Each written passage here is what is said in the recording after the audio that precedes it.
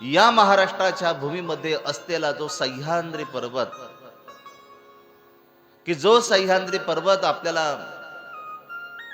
यवतमाळ नांदेड जिल्ह्यामध्ये तो पाहायला मिळतो.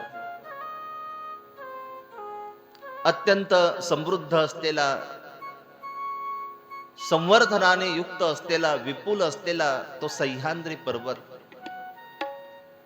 या सह्याद्री पर्वतावर अनेक ऋषी मुनी लोक राहत असत, आपली साधना ते जोपासत असत. या ऋषी मुनी लोकांमध्ये एक अशा प्रकारचा तेजस्वी ऋषी होऊन गेला की ज्याचं नाव होतं देवल ऋषी. थोडस देवल ऋषींकडे पाहत असताना अशा प्रकारची एक व्यक्ती की ज्याला संतत्व प्राप्त झालेलं, सदैव ध्यान साधनेमध्ये निमग्न असलेलं, फलो आहार आहे तो फलो आहार ग्रहण करणारा, नैसर्गिक असलेला जो ऑक्सिजन तो ऑक्सिजन घेणारा, मनामध्ये फार मोठा एक प्रश्न पडलेला, निराकार असलेलं जे तत्व आहे ते तत्व मला समजलं पाहिजे. शास्त्रामध्ये सांगितलंय की परमेश्वर दोन प्रकारचा भेटले. एक परमेश्वर अवतार धारण करतो आणि मूळ जो परमेश्वर जो आहे तो मात्र कसा आहे म्हटले की तो निर्गुण निराकार आहे. आज जगाच्या पाठीवर जेवढेही काही तत्वज्ञान आहे आध्यात्मिक, त्याच्यामध्ये साकार झालेला जो परमेश्वर आहे त्या परमेश्वराबद्दलचं विवेचन आहे. पण जो निर्गुण निराकार जो परमेश्वर आहे त्याचं मात्र विवेचन कुठल्याही ग्रंथामध्ये पाहायला मिळत नाही. चार वेद, चारही वेदाने सुद्धा मान्य केलं की आमच्यापेक्षा श्रेष्ठ शक्ती एक आहे, स्वरूप एक आहे, पण तिला आम्ही जाणू शकत नाही. वेद आहे तर वेदाला सुद्धा मर्यादा आहेत. पुराण आहे तर पुराणाला सुद्धा काही मर्यादा आहेत. ते काही एक ठराविक देवतेपर्यंत ते फक्त पाहत, त्याच्यावर ते जाऊ शकत नाही.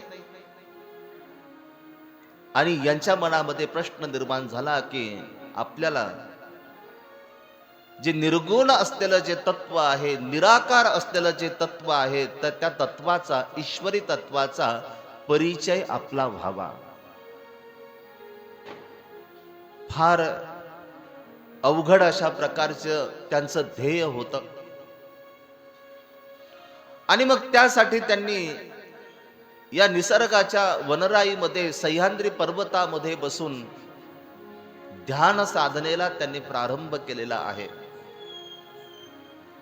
ध्यान साधना करत असताना आवाहन करतात की हे परमेश्वरा, तुझं जे मूळ स्वरूप आहे त्या मूळ स्वरूपाचं मला दर्शन व्हावं, मला त्याची अनुभूती मला प्राप्त व्हावी.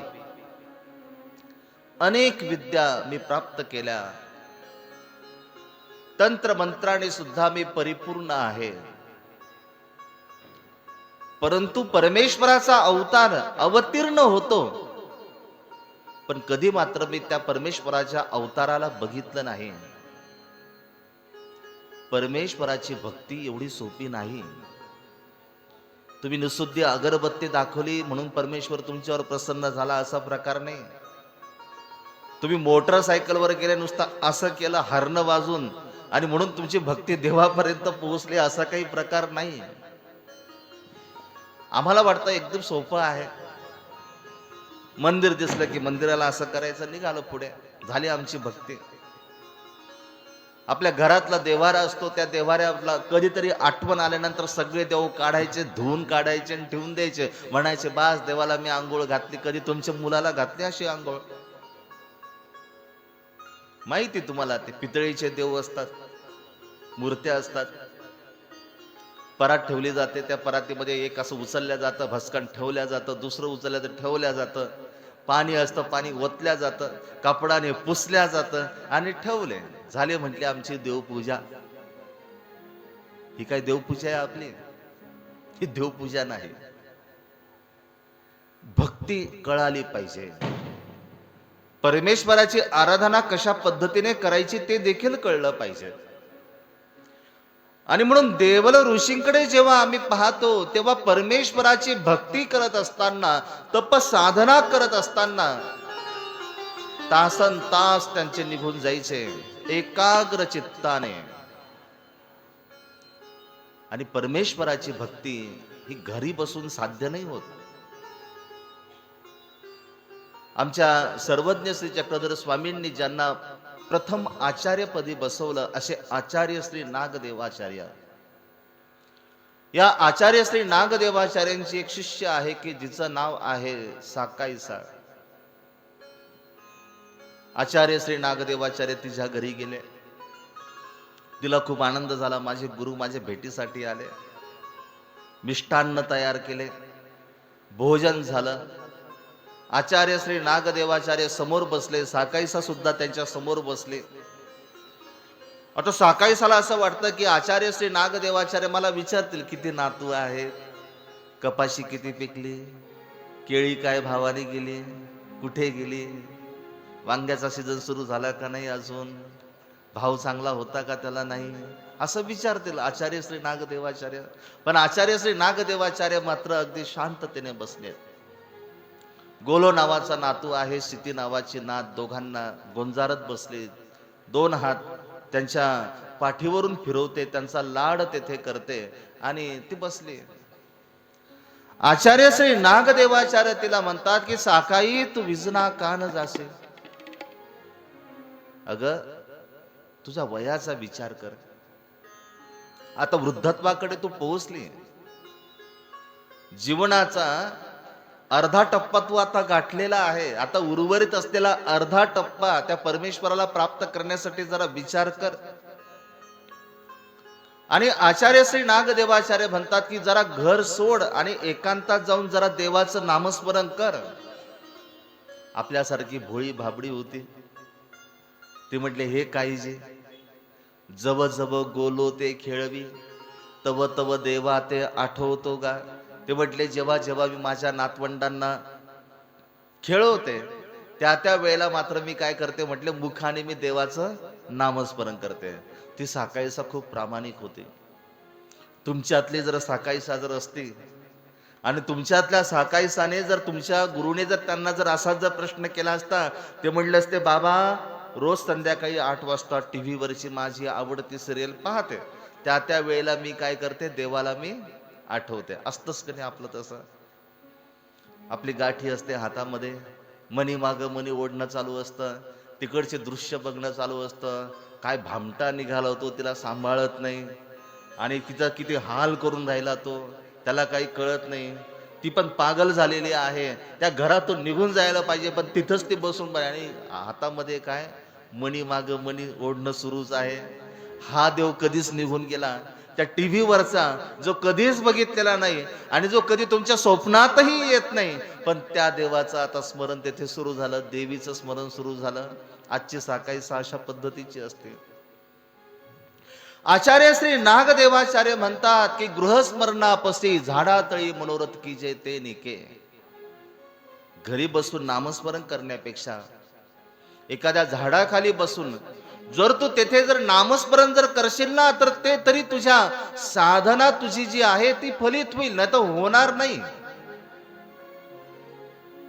आम्हाला मात्र घर सोडू वाटत नाही. प्रपंच एवढा त्या प्रपंचामध्ये आम्ही गुंतून बसलो की तिथून आम्ही आमचा अंत होतो तरी सुद्धा आमचा सुटत नाही. 90 वर्षाचे वयस्कर, शेवटचा क्षण आला, मुलं जमा झाले, नातू जमा झाले आणि मग त्यांनी सुरू झालं. ते म्हटले की बाबा तुम्ही कधीच देवाचं नाव घेतलं नाही, कधी कुठल्या मंदिरात गेले नाही, कधी कुठल्या साधूबद्दल चांगले बोलले नाही. आता तुमची शेवटचा क्षण आहे आणि या शेवटच्या क्षणी तरी तुम्ही देवाचं नाव घ्या म्हटले. आता म्हटले कोणत्या देवाचं नाव घेऊ, मला देवाचं नावच माहिती नाही. कृष्ण ऐकला होता का कधी कृष्ण? हा कृष्ण ऐकला नाही, कृष्ण बघितला म्हटले मी. म्हटले कृष्ण बघितला? अरे तो आपला कृष्णलाल आहे ना पलीकडच्या गावामध्ये, त्याच्याकडे आपले 50,000 बाकी, 5 वर्ष झाले घेऊन गेला, अजून दिले नाही म्हटले त्याने. ते म्हटले बाबा तो कृष्णलाल सोडा, कृष्णाचं नाव घ्या, द्वारकाधीशाचं नाव घ्या, द्वारकाधीशाचं. अरे मला आता आठवलं, यावलला तो द्वारकेश राहतो ना आपला, 1,00,000 रुपये घेऊन गेलाय माझ्याकडनं, अजून वापस नाही आणले. कृष्ण बोलता नाही आलं, द्वारकेश बोलता नाही आलं, मधुसूदन बोलता नाही आलं, म्हाताऱ्याचा शेवट झाला, कसा त्याला देव प्राप्त होईल बरं? गृहस्मरणापसी झाडातळी मनोरथ कीजे ते निके. आणि म्हणून देवाने झाड महत्वाचं सांगितलं, देवाने निसर्ग महत्वाचा सांगितला. तो सांगितलाच नाही तर देव सुद्धा त्या ठिकाणी रमले. कारण इथली जी असलेली जी वृक्षवल्ली जी आहे ना, त्या वृक्षवल्लींच्या सहवासामध्ये जे जीवन आहे, मानवी जीवन, ते जीवन तेथे पुलकित होतं. जीवनाचा मर्म कळतो. अनुत्तरित असलेले अनेक जे प्रश्न आहेत, तर त्या प्रश्नांचं उत्तर त्या एकांतामध्ये, त्या निसर्गाच्या सहवासामध्ये ते आपल्याला तेथे अनुभवायला मिळतं. वृक्षवल्ली आम्हा सोयरे वनचरे, वृक्षवल्ली आम्हा सोयरे वनचरे, पक्षिणी सुस्वरे आळविती, वृक्षवल्ली आम्हा सोयरे वनचरे, वृक्षवल्ली आम्हा सोयरे वनचरे.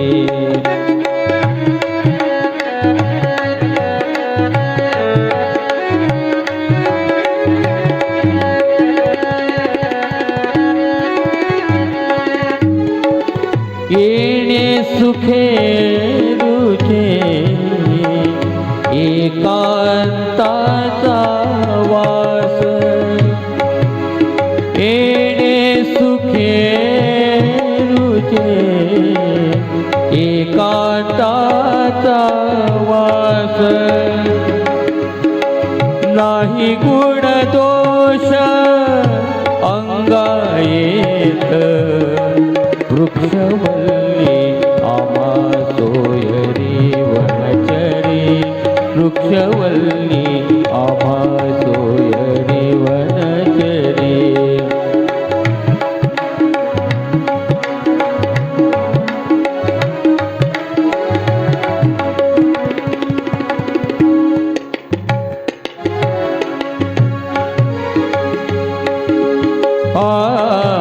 आकाश मंडप पृथ्वी आसन, आकाश मंडप पृथ्वी आसन, रमिते मन क्रीडा करी, कथा कमंडलू देह उपचारा, कथा कमंडलू देह उपचारा, जाणवितो वारा अवचरू, वृक्षवल्ली आम्हा सोयरे वनचरे, वृक्षवल्ली आम्हा सोयरे वनचरे, पक्षिणी सुस्वरे आळविती, वृक्षवल्ली आम्हा सोयरे वनचरे, वृक्षवल्ली आम्हा सोयरे वनचरे, वृक्षवल्ली आम्हा सोयरे वनचरे, वृक्षवल्ली आम्हा सोयरे वनचरे. वृक्षांच्या सहवासामध्ये संवर्धित होणारं हे मानवी जीवन देवल ऋषी सह्याद्रीच्या या पर्वत रांगामध्ये पूर्णपणे रमलेले आहेत. अचिंत्याचा शोध घेण्यामध्ये गर्त असलेले हे देवल ऋषी निराकार असलेलं जे परमेश्वराचं स्वरूप आहे, त्या परमेश्वराच्या स्वरूपाला शोधावं, त्याला प्राप्त करावं,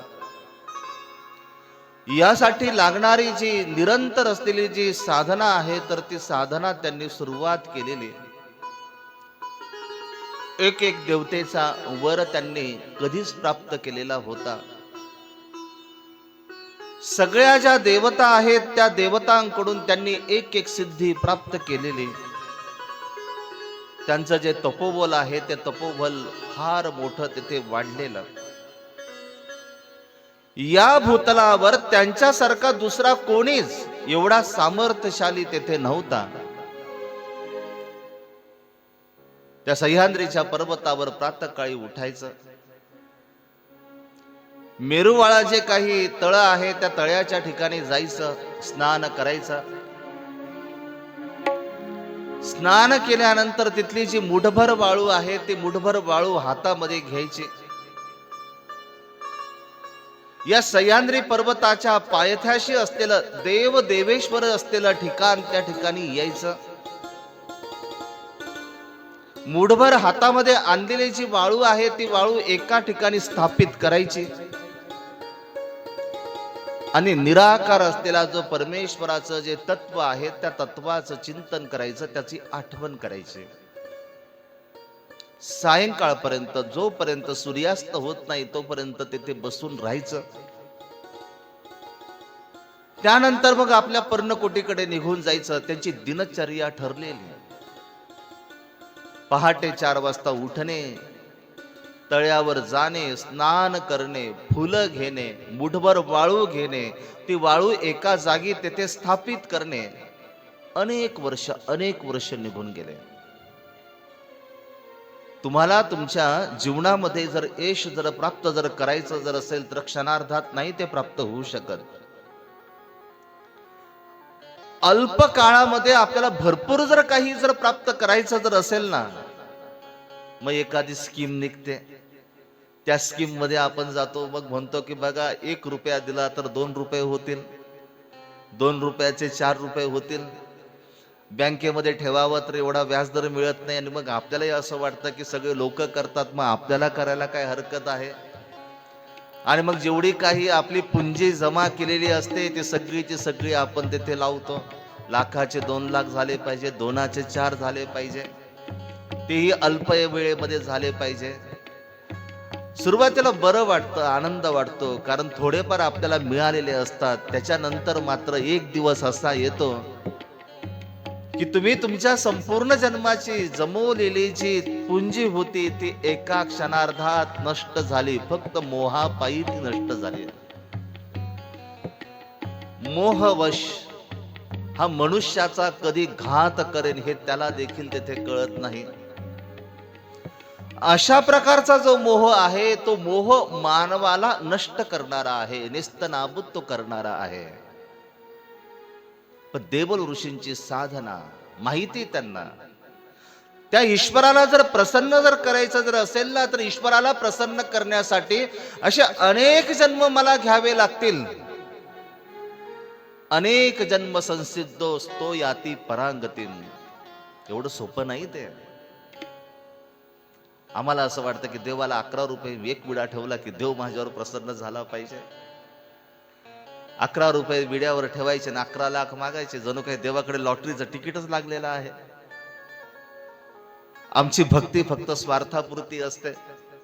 देवाची भक्ती करतो पण माझ्या जीवनाचं कल्याण व्हावं या हेतूने भक्ती करणारे मनुष्यानाम सहस्रेषु आहेत.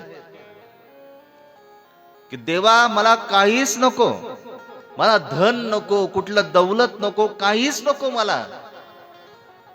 खरंच मोकळ्या मनाने तुम्ही असं म्हणू शकता का की मला काहीच नको म्हणून? तुम्ही तुमच्या देवतांची उपासना करणारे खरोखरच अशा पद्धतीची उपासना करू शकता काय? नाही करू शकत. कुठेतरी स्वार्थ आपला गुंतलेला आहे. आणि म्हणून आज जे आपल्याला गर्दी जी पाहायला मिळते ना ती स्वार्थापोटी गर्दी आहे. तरुणांनी देवधर्म केला पाहिजे, सगळेच म्हणतात तरुणांनी देवधर्म करा, देवधर्म करा. तरुण वर्षभर कधीच देवधर्म करत नाही.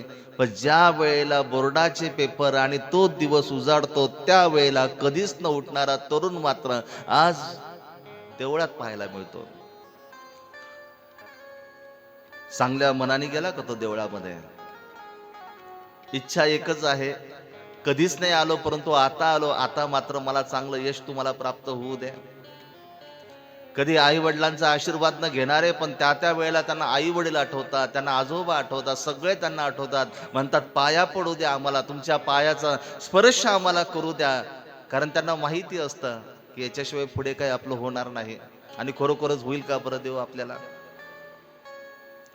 या जगामध्ये चाललेली जी काही भक्ती आहे, तर ही भक्ती पूर्ण स्वार्थापोटी आहे, फक्त स्वार्थ. आणि स्वार्थापोटी केली जाणारी भक्ती ही कुठल्याच धर्मामध्ये मान्य नाही, कुठल्याच धर्मामध्ये नाही. मग तो महानुभाव पंथ असू द्या, वारकरी संप्रदाय असू द्या, किंवा अनेक कुठला संप्रदाय असू द्या, स्वार्थापोटी भक्ती ती कुठेच तिथे सांगितलेली नाही. पण आपण ती करतो, आणि ती करत असताना काहीतरी मिळावं म्हणून ती करत असतो. वास्तविक परमेश्वराची भक्ती या जीवनाचा उद्धार व्हावा या हेतूने ती करायची असते. जेही आपण करतो ना, पैशासाठी नाही, माझ्या जीवनाचा उद्धार झाला पाहिजे. पुनरपि जननम पुनरपि मरणम, पुन्हा मला या चक्रामध्ये अडकायचं नाही. मानवाचा जन्म काही एवढा सोपा आहे का बरं? शास्त्र असं सांगतं की मनुष्याचा जन्म होतो, 100 वर्ष तो येथे राहतो, 100 वर्ष तो कोणी टिकत नाही, पण त्याचं आयुष्य मात्र 100 वर्षाचं. त्या 100 वर्षामध्ये 25 वर्ष त्याच्या असेच वजा झाले. झोपेमध्ये कितीतरी वर्ष त्याचे निघून गेले. काबाड कष्ट करण्यामध्ये त्याची कितीतरी त्याचा कालखंड तेथे निघून गेला. त्याचं मरण कधी येतं त्याला सुद्धा कळत नाही, येथे तो संपतो. पण येथे जे त्यांनी कर्म केलेले आहेत, ते कर्म मात्र त्याला फेडावे लागतात, ते भोगावे लागतात. 84 लक्ष योनी सांगितले, त्या 84 लक्ष योनीमध्ये त्याला जावं लागतं. एक एक दुःख अशा प्रकारचं असतं की 12-12 वर्ष त्याला ते भोगावं लागतं. एक एक जन्म त्याला कितीतरी वेळा त्याला घ्यावा लागतो, एक एक जन्म. साधं कुत्र्याचा जन्म काही एवढा सोपा वाटतो का आपल्याला?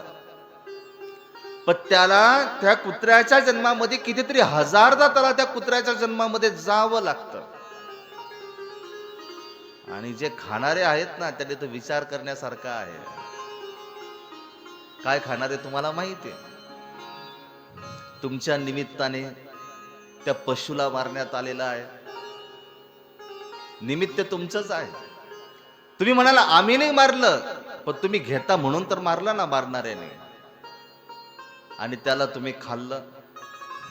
इकडं मनुष्य जर मेला 7 ते 8 तासानंतर त्याच्या त्या बॉडीमधून वास यायला सुरुवात होते. मग बाहेरचे आलेले पाहुणे मंडळी म्हणतात की आता लवकर जाऊ द्या, वेलेवाट लावा, नाही तर बॉडी जास्त वेळ जर राहिली तर ती वास मारेल. स्मशानात का बरं जात नाही माणसं? म्हणतात की स्मशानामध्ये प्रेत असतात, गाडलेले प्रेत. तुमच्या पोटात काय? तुम्ही सुद्धा मेलेला त्याला शिजवून तुम्ही जे खाल्लं, तुमच्या पोटामध्ये काय तुम्ही प्रेतच बसलोय ना तुमच्या पोटामध्ये? कसं काय तुम्ही सात्विक राहाल बरं? तुमचे विचार कसे सात्विक होतील बरं? पण हा हिशोब मृत्यूनंतर द्यायचा आहे. त्याच्यानंतर तुम्हालाही त्या जन्मामध्ये जायचं आहे. तुमचा जन्म होणार, एक ठराविक वर्षापर्यंत तुम्ही वाढणार, पुन्हा तुमचा वध होणार, पुन्हा तुमचा जन्म होणार. हे चालतच राहणार, हे संपणार नाही. हे 84 लक्ष योनी फिरून आल्यानंतर मग कुठे मनुष्य जन्म तुम्हाला प्राप्त होणार, तोपर्यंत नाही. आणि म्हणून मनुष्याचा जन्म जो परमेश्वराने प्रदान केलेला आहे, त्या परमेश्वराचे कधी आभार तर मानले पाहिजे. परमेश्वरा तुमच्याकडनं कुठल्याही प्रकारचं भाडं वसूल करत नाही. तुमच्या घरामध्ये तुम्ही भाडे करून ठेवतात, दिवस आला की बरोबर ते म्हणतात की अजून भाडं दिलं नाही, तुम्ही भाडं द्या. तुम्ही गाडी घेता, 50 लाखाची इन्शुरन्स तुम्हाला भरावा लागतो, टोल नाके तुम्हाला भरावे लागतात. तुम्ही 50 लाखाची गाडी घेतली, पण हे जर भरलं नाही तर तुमची गाडी जागेवर तेथे उभी राहते. जगातल्या सगळ्याच वस्तूंवर टॅक्स भरावा लागतो. देवाने जो मनुष्य देह तुम्हाला जो प्रदान केलेला आहे, त्याला कुठे देवाने टॅक्स लावला? त्याला तर कुठलाच टॅक्स नाही लावला. देवाने फक्त एकच अपेक्षा केली, तुला मनुष्य जन्म जर दिलेला आहे ना, त्या जन्माचं फक्त सार्थक कर, फक्त सार्थक कर. देवाने असंही म्हटलं नाही की तू फक्त 24 तास अष्टप्रहर तू फक्त माझं नामस्मरणच करत बस. देव म्हणतात एवढं सगळं झालं तर 1-2 वेळा तरी तर आठवण कर, कमीत कमी भीतीपोटी तरी आठवण कर.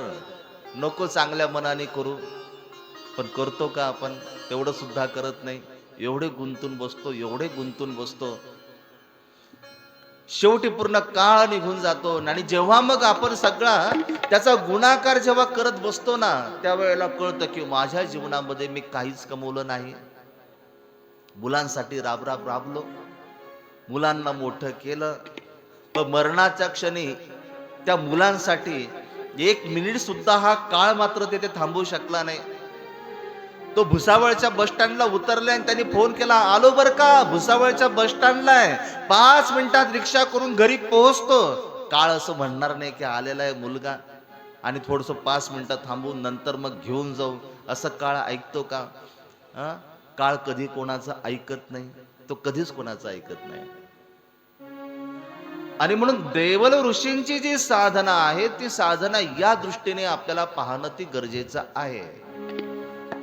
त्या सह्याद्रीच्या पर्वतावर देवल ऋषी तपसाधना करत आहे. निराकार असलेलं जे तत्व आहे त्या तत्वाला मला जाणायचं आहे, यासाठी निराकार असलेल्या तत्वाचं प्रार्थना करतात, नामचिंतन करतात.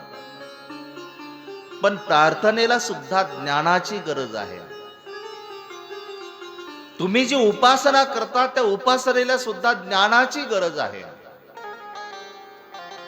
जर त्याच्यामध्ये जर ज्ञान जर नसेल तर तुम्ही केलेली उपासना ही सर्वची सर्व व्यर्थ आहे.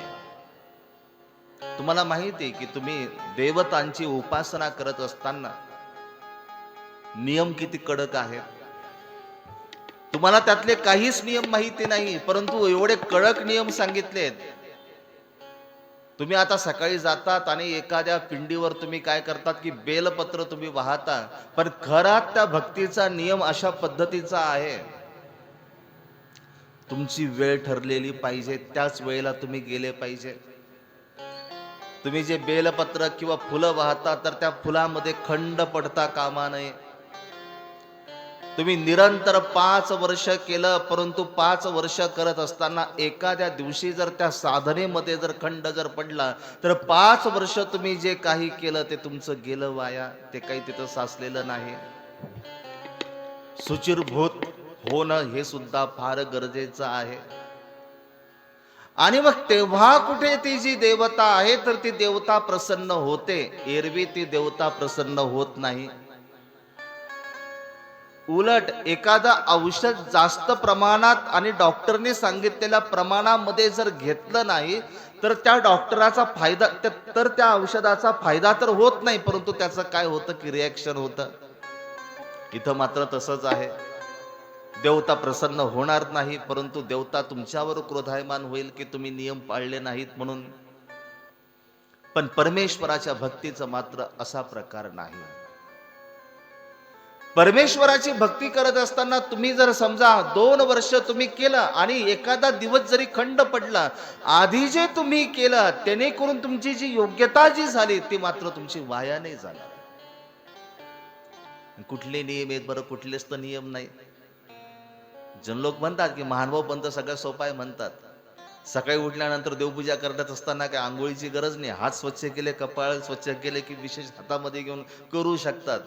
त्याला काय सुचिरभूत व्हान काय करा, नामस्मरण करण्यासाठी काय असं एकाच जागी बसा, पूर्व दिशेला तोंड करा, नाही तर उत्तर दिशेला तोंड करा, असा काही प्रकार नाही. अगदी बसमध्ये प्रवास करत असताना सुद्धा नामस्मरण करू शकतात. आमच्या महिला तर त्याच्याही पेक्षा पुढच्या आहेत. स्वयंपाक करत असताना ब्रह्मविद्येची पोथी ऐकत बसतात. आहे का नाही? खरंय का नाही? आताच्या महिला लीळा ऐकत बसतात. काय? स्वयंपाक करताना. आहे का कुठले बंधन? कुठलेच बंधन नाही. आणि म्हणून परमेश्वराची भक्ती ही सर्वश्रेष्ठ भक्ती सांगितली. परमेश्वर म्हणजे परम ऐश्वर्य आथिला तो परमेश्वर. चैतन्य मायेच्या पलीकडे ज्याचा स्वरूप आहे त्याला परमेश्वर असं म्हटलेलं आहे. आणि आता मात्र दैबल ऋषींचा प्रवास सुरू आहे त्या भक्तीकडे. भक्ती करत असताना ती भक्ती कशा पद्धतीने करावी याचं मात्र ज्ञान नाही. पेपर द्यायचा म्हटल्यानंतर त्याची नियमावली असते, त्या नियमावलीने जर तो पेपर जर दिला तर ते झालं. तुम्ही एखादा पेपर सोडवला, पूर्णपणे पेपर सोडवला, सगळा पेपर सोडवला, घाईत घाईत पेपर देऊन टाकला, पण त्या पेपरवर जो रोल नंबर राहायला पाहिजे तोच जर लिहिला नसेल तर 3 तास तुम्ही खर्च केले, 1 नंबर तुमचा आला असता, तर कुठे चुकले? रोल नंबरच तुम्ही लिहिला नाही, त्याच्यावर नाव लिहायला पाहिजे ते नावच तुम्ही लिहिलं नाही, तर कसं